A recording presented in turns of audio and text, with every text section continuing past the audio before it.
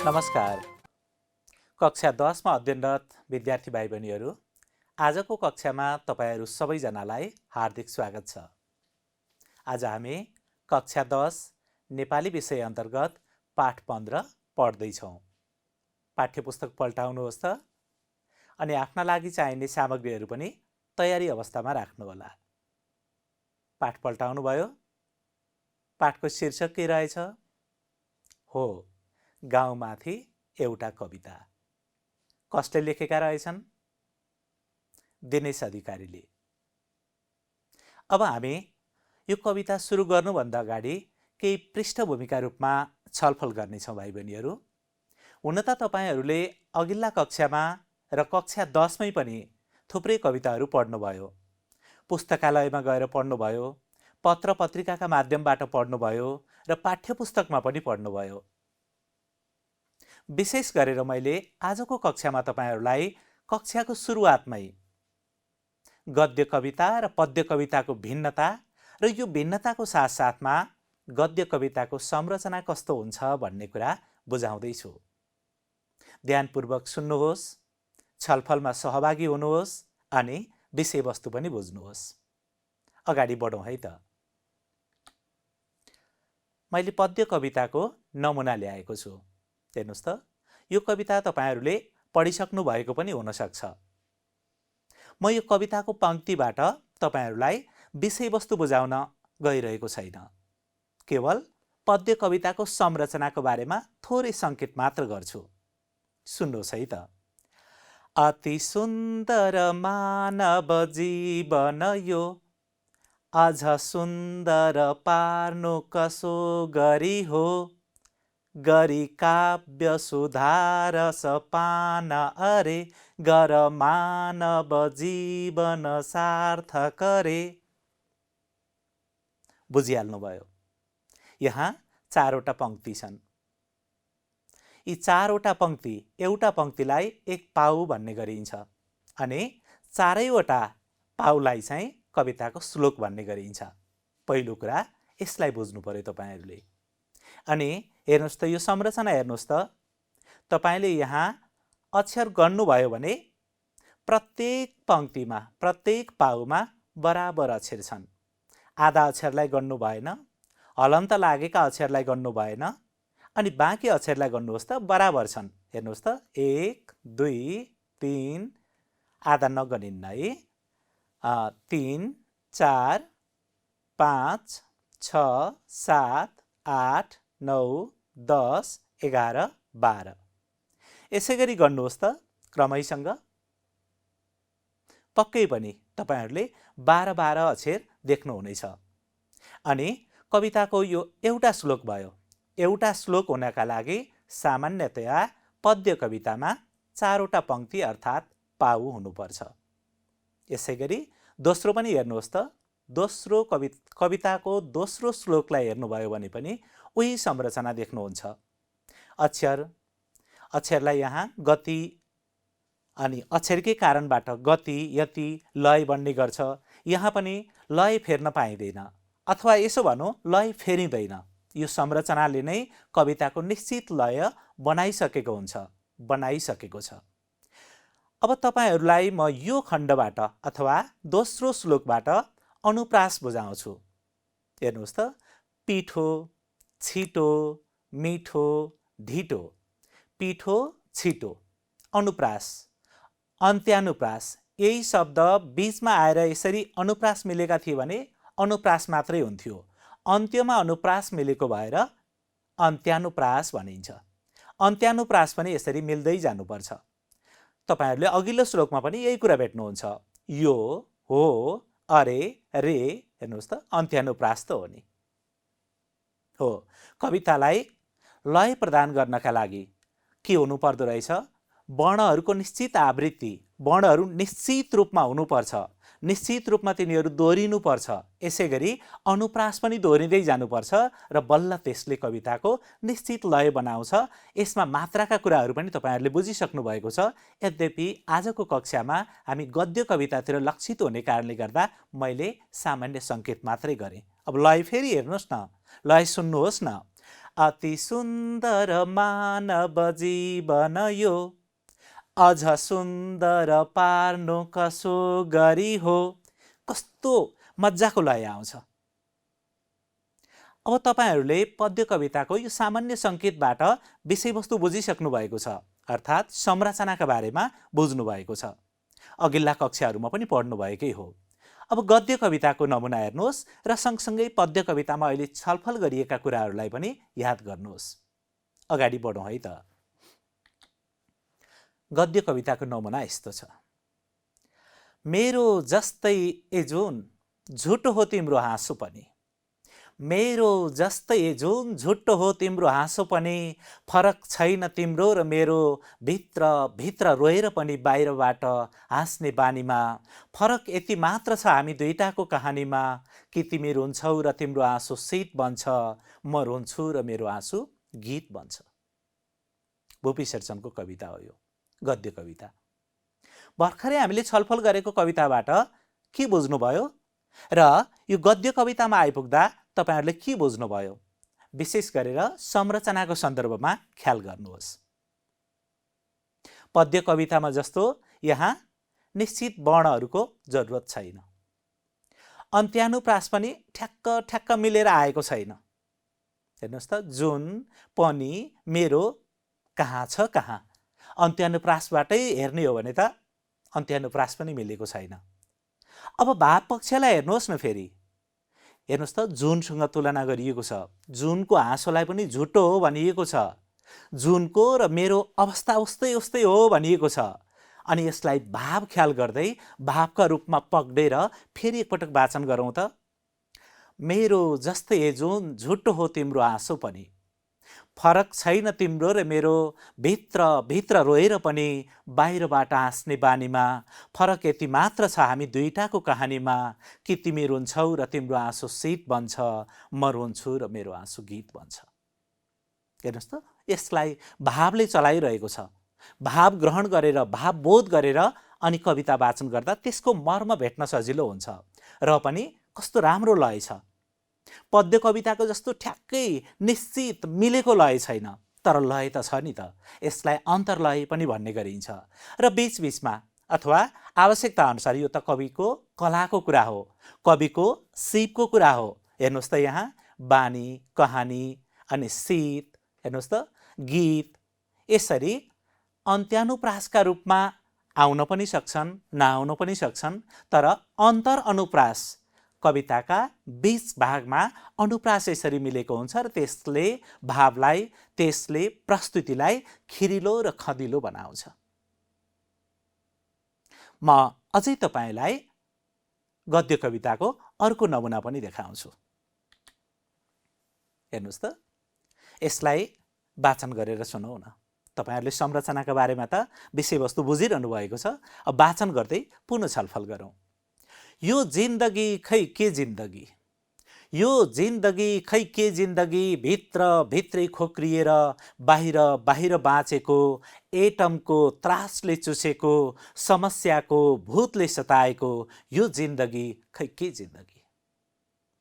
जिन्दगीप्रति हेर्ने दृष्टिकोण, अझ भनौँ वितृष्णा छ। जिन्दगीलाई सजिलो रूपमा हेरिएको छैन यहाँ। र त्यो जिन्दगीलाई अप्ठ्यारो पार्ने पक्षहरूमा पनि यहाँ केही खोलुवा दिएको छ, सङ्केत दिएको छ। हेर्नुहोस् त, जिन्दगीलाई केले सताएको रहेछ? एटमको त्रासले चुसेको रहेछ, समस्याको भूतले सताएको रहेछ, अनि भित्री खोक्रिएर बाहिर मात्रै बाँच्नु परिरहेको छ। आजको मान्छेको नियति नेपालको मात्रै कुरा होइन, तपाईँ हाम्रो मात्रै कुरा होइन, विश्वव्यापी रूपमै भौतिक रूपमा आजको मान्छे भौतिक रूपमा सम्पन्न भए पनि ऊ मानसिक रूपमा चाहिँ थाकेको छ। उसलाई समस्याले सताइरहेको छ। त्यसैको प्रतिबिम्ब कति खदिलो रूपमा, कति सुललित रूपमा प्रस्तुत भएको छ। हेर्नुहोस् त, अब संरचना बुझिहाल्नुभयो। पंक्ति पंक्तिको जरुरत भएन। अन्त्यानुप्रास आवश्यकता अनुसार आउन पनि सक्छन्। कवि शिल्पको कुरा रह्यो, कविको कवित्वको कुरा रह्यो, त्यसले केही पनि फरक पारेन। र पनि भाव अनि अर्थ अनि त्यसको सन्तुलन, त्यसको संयोजन कति सशक्त रूपमा गरिएको छ। अब तपाईले बुझिहाल्नुभयो, भाषाको विशिष्ट प्रयोग नै कविता हो। भाषाको विशिष्ट प्रयोग नै कवितालाई मान्ने गरिन्छ। यो जिन्दगी खै के जिन्दगी, जिन्दगीको मर्म भेटिरहेको छैन, जिन्दगी निस्सार छ, अर्थहीन छ भन्ने कुरालाई यहाँ एटमसँग तुलना गर्दै समस्या देखाउँदै अनि जिन्दगी बेकार भइरहेको कुरा कविको अनुभूति न हो। यो फेरि कविलाई त्यस्तो अनुभूति लागेको छ र त्यसलाई यो ढङ्गले प्रस्तुत गरेका छन्। विद्यार्थी भाइ बहिनीहरू, तपाईँहरूले भर्खरै गद्य कविताका केही नमुनाहरू सुन्नुभयो। सँगसँगै हामीले छलफल पनि गऱ्यौँ। अब गद्य कविता कस्तो हुँदो रहेछ भन्नुहोस् त। स्याबास। पहिलो कुरा त गद्य कवितामा आलङ्कारिक पदक्रम रहन्छ। आलङ्कारिक पदक्रम भनेको कर्ता, कर्म, क्रियाको जुन निश्चित ढाँचा हुन्छ त्यो ढाँचाभन्दा बाहिर त्यसलाई भाँचेर, त्यसलाई बिगारेर नयाँ पदक्रम निर्धारण गर्छन् कविले। हो त्यही पदक्रमलाई आलङ्कारिक पदक्रम भन्ने गरिन्छ। दोस्रो पक्ष छ लय विधानभन्दा भाव पक्ष सशक्त रहन्छ। कहाँ? गद्य कवितामा। गद्य कविता लयभन्दा बढ्ता भाव पक्षले सशक्त बन्ने कविता हो। हामीले भर्खर पनि छलफल गऱ्यौँ नि। हेर्नुहोस् त, यहाँ लय छैन अथवा निश्चित लय छ, लयभन्दा बढ्ता चाहिँ भाव पक्ष छ। आजको मान्छेको चित्र उतारिएको छ, आजको मान्छेको अवस्थालाई यसरी खिचिएको छ। कवितामा यी शब्दहरूले मान्छेको अवस्थालाई देखाएका छन्। त्यसैले हामी के टुङ्गोमा पुग्छौँ? लयभन्दा भाव पक्ष गद्य कविताका लागि महत्त्वपूर्ण हुन्छ। अन्त्यानुप्रासभन्दा आन्तरिक अनुप्रास महत्त्वपूर्ण हुन्छ। यो त हामीले भर्खरै पनि छलफल गरिसक्यौँ। अनि अर्को कुरा व्यङ्ग्यात्मक अभिव्यक्ति रहन्छ। गद्य कवितामा व्यङ्ग्यात्मक अभिव्यक्ति हुन्छ। त्यो व्यङ्ग्य भनेको घोचपेचको शैली भन्न खोजिएको होइन कि घुमाउरो शैलीमा प्रस्तुत गरिएको हुन्छ। अझै बुझ्नुहोस् न, मैले हिमाललाई हेरेँ भन्दा त्यो सामान्य वाक्य भयो। त्यहाँ भाव पनि त्यही रूपमा रहेको छ, अर्थ प्रष्ट छ, सरल छ। तर हिमालले मलाई हेरिरहेको छ भन्दा त्यहाँ भाव पक्ष भाँचिएको छ। हिमालले त मानिसलाई हेर्दैन, हिमालले त मलाई हेर्न सक्दैन। तर कवितामा यस्तो किसिमको अभिव्यक्ति हुन्छ र यस किसिमको अभिव्यक्तिलाई हामी भाव पक्ष र व्यङ्ग्यात्मक अभिव्यक्तिसँग तुलना गर्न सक्छौँ। अर्को महत्त्वपूर्ण कुरा शब्द सौन्दर्य, अर्थ सौन्दर्य र भाव सौन्दर्यको संयोजन रहनुपर्छ। भर्खरै वाचन गरेको कविता सम्झनुहोस् त। मेरो जस्तै जुन झुटो हो तिम्रो हाँसो पनि, फरक छैन तिम्रो र मेरो भित्र रोएर पनि बाहिर हाँस्ने बानीमा। हेर्नुहोस् न, भाव पक्ष कस्तो छ, शब्द सौन्दर्य कस्तो छ, अनि अर्थ यसले के दिइरहेको छ, यो महत्त्वपूर्ण कुरा हुन्छ। र यसै गरी बिम्ब तथा प्रतीकको प्रयोग रहन्छ। गद्य कवितामा बिम्ब र प्रतीकको प्रयोग हुन्छ। त्यहाँ अघि पनि हामीले देख्यौँ नि, झैँ भन्दै आएको छ, फुल झैँ, हिमाल झैँ, हिमाल जस्तै यी बिम्ब प्रतीकका रूपमा ल्याएको हो। त्यसलाई उपस्थित गराएर, त्यसलाई जोडेर कविले अर्को पक्षलाई अथवा विषयवस्तुलाई प्रस्तुतिकरण दिइरहेका हुन्छन्। यी त भए गद्य कविताको संरचना। गद्य कविता कस्तो हुनुपर्छ, कस्तो हुन्छ भन्ने विषयमा हामीले छलफल गऱ्यौँ। विद्यार्थी भाइ बहिनीहरू, अब हामी आजको पाठ्यवस्तु अन्तर्गत कवितामा प्रवेश गरौँ। गाउँमाथि एउटा कविता। तपाईँहरूले पाठ पल्टाइसक्नु भएको छ। हामीले अघि पनि छलफल गऱ्यौँ, दिनेश अधिकारीले लेखेको कविता हो यो र कक्षा 10 को नेपाली विषय अन्तर्गत पाठ 15 मा रहेको छ। सबैभन्दा पहिला म पाठ्यवस्तु अन्तर्गत तपाईँहरूलाई चित्रका बारेमा छलफल गराउँछु। चित्र हेर्नुहोस् त, देखिरहनु भएको छ। चित्र हेरेर के कुरा बुझिन्छ अनुमान गर्नुहोस् त। तपाईँहरूको अनुमान पक्कै पनि सही छ। हेर्नुहोस् न माथि घरहरू। यी घर गाउँका होलान् कि सहरका होलान्? हामी घरको संरचनाबाट, घरको शैलीबाट बुझिहाल्छौँ यी घर ग्रामीण परिवेशका घर हुन्, गाउँघरका घर हुन्। तपाईँ हामी गाउँमा बस्छौँ भने हाम्रो घर पनि त यस्तै छ। अनि घरसँगै हेर्नुहोस् त खेतबारी अनि गोरु जोतिरहेको। गोरु हेर्नुहोस् त, हलीले गोरु जोतिरहेका छन्। हल हो, अनि यसको नाम भन्न सक्नुहुन्छ? जुवा। आजभोलि त गाउँघरतिर पनि ट्र्याक्टरको प्रयोग हुन थालिसकेको छ। खेत जोत्नैका लागि पनि हामी ट्र्याक्टरको प्रयोग गर्छौँ। देखिरहनु भएको छ है। अब यतातिर हेर्नुहोस्, महिलाहरू सडकमा हिँडिरहेका छन्। त्यही बुझिन्छ? याद गर्नुहोस् त, महिलाहरूले लगाएको पहिरनलाई पनि ख्याल गर्नुहोस्। कस्तो पहिरन लगाएका छन्, ती पहिरनका नाम के होलान् अनि कहाँ जाँदै होलान्? जे होस्, यो सांस्कृतिक पहिरनसँग सम्बन्धित छ। महिलाहरूले लगाउने सांस्कृतिक पहिरनका रूपमा हामी बुझ्न सक्छौँ। अझै यतातिर हेर्नुहोस्, तपाईँको घरमा पनि ढिकी होला, मेरो घरमा पनि ढिकी छ। प्रायःजसो हामी नेपालीहरू गाउँघरमै बसोबास गर्छौँ। सहरमा बसोबास गरे पनि गाउँसँगको हाम्रो आवत जावत त भइ नै हाल्छ। ढिकी देखेकै छौँ। यता हेर्नुहोस् त, देख्नुभएको छ है, के होला? स्याबास, जाँतो। यसरी घुमाउँदा अनि के पिस्छौँ हामी जाँतोमा? त्यसै गरी हेर्नुहोस् त, कुखुराको बाले डोकामाथि बसिरहेको छ। चित्रमा समेटिएका यी विषयवस्तुबाट हामी निश्चित रूपमा बुझ्न सक्छौँ कि यसले ग्रामीण परिवेशलाई सङ्केत गरेको छ। अनि शीर्षक पनि हेर्नुहोस् न, गाउँमाथि एउटा कविता। कम्तीमा हामी यो कुरा बुझ्छौँ कि गाउँको सन्दर्भमा यो कविता रचना गरिएको छ, गाउँको परिवेशमा आधारित छ। अहिलेलाई यति नै बुझौँ। अब हामी विषयवस्तुका साथसाथमा कविताको ससुर वाचन गर्छौँ।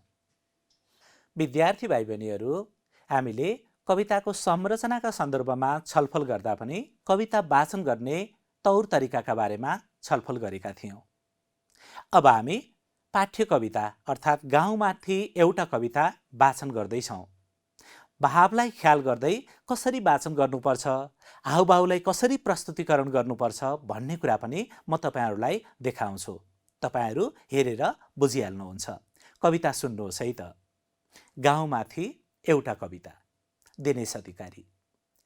सेताम्य कपाल फुलेकी बुढीका थोता दाँतहरू झैँ टक्रक्क यता एउटा टुक्रुक्क उता एउटा र यदा कदा अङ्गुरका झुप्पाहरूकै भाँतीमा धेरै पराले र थोरै ढुङ्गे छानाको टोपी लगाएर एकै ठाउँमा गुजमजिएका केही घरहरू छन्।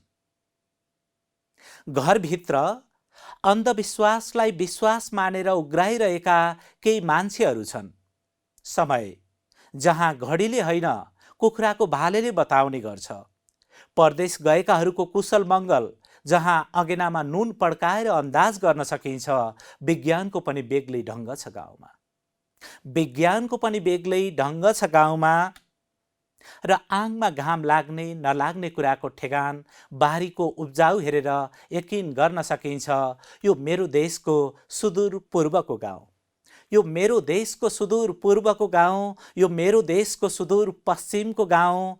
छिमेकी अगेनाबाट आगो ओसारेर सुरु हुने यहाँको दिन, गोठमा वस्तुभावलाई घाँसपात हालेर केटाकेटी हुन्छ।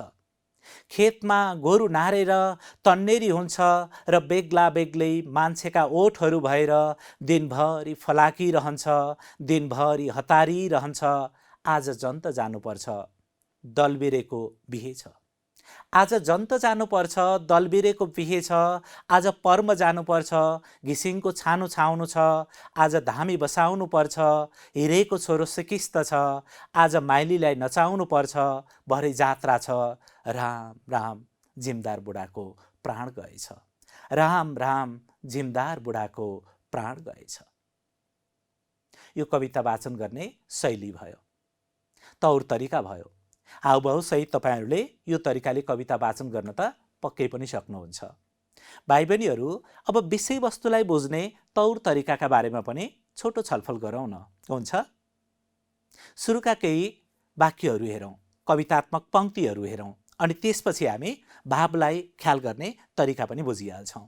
हेर्नुहोस् त, सेताम्य कपाल फुलेकी बुढीका थोता दाँतहरू झैँ टक्रक्क यता एउटा टुक्रुक्क उता एउटा र यदा कदा अङ्गुरका झुप्पाहरूकै भाँतीमा धेरै पराले र थोरै ढुङ्गे छानाको टोपी लगाएर एकै ठाउँमा गुजमुजिएका केही घरहरू छन्। केलाई सङ्केत गरेको छ? विषयवस्तु के छ हेर्नुहोस् त। विषयवस्तु त पक्कै पनि गाउँको सन्दर्भ छ, हामीले बुझिसकेका छौँ।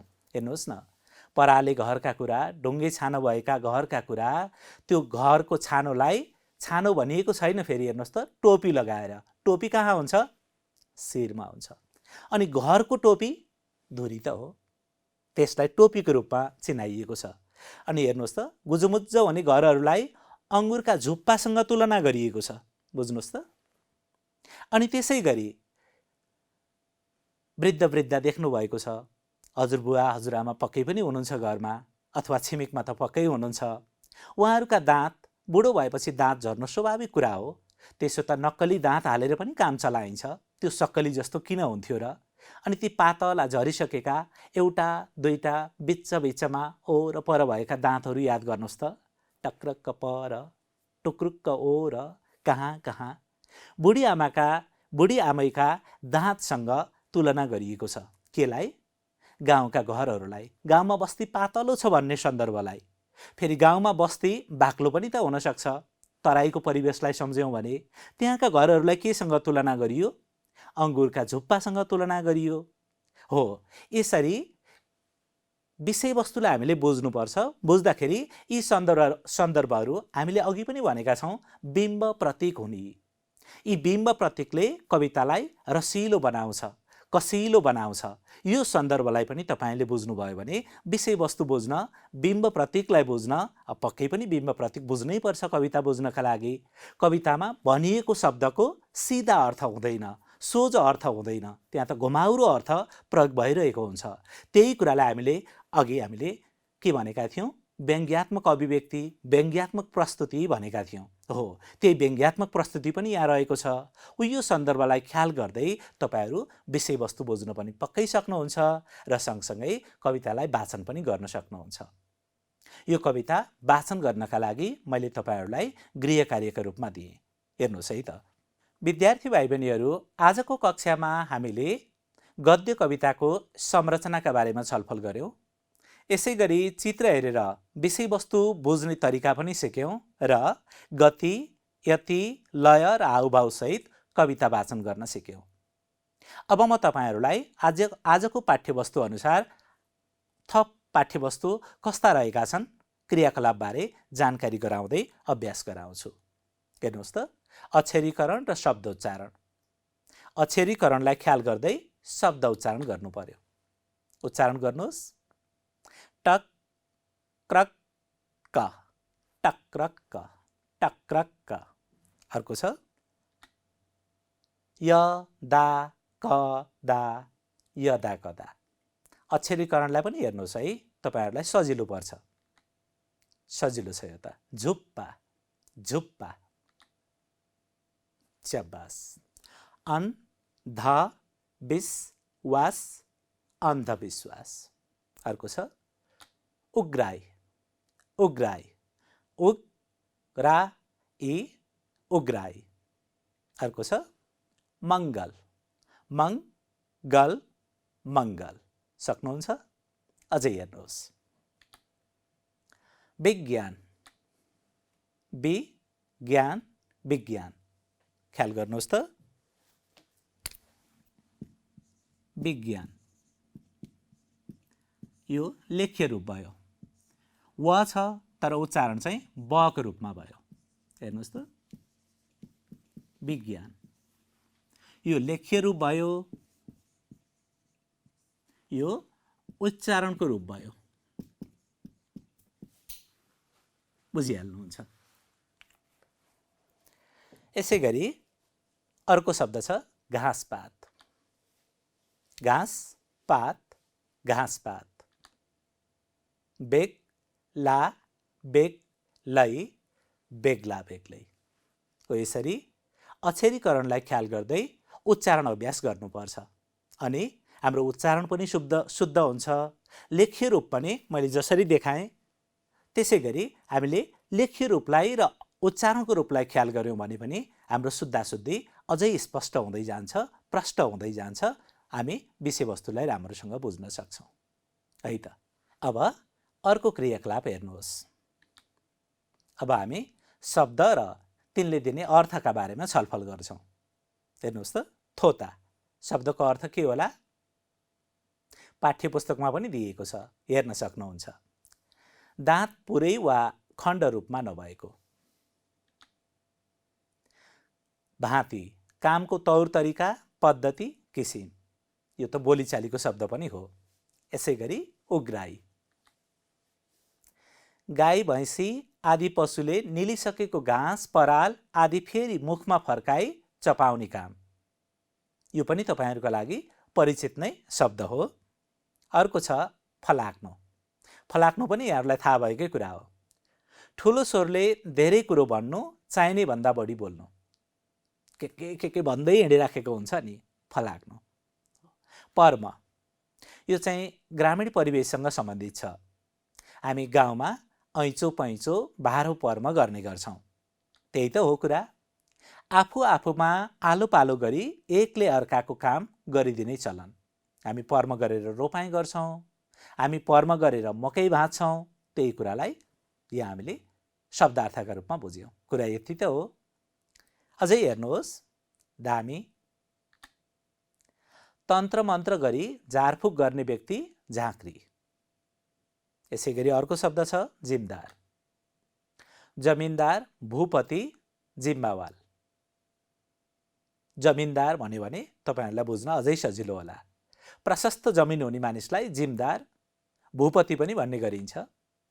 सुदूर, ज्यादै टाढा।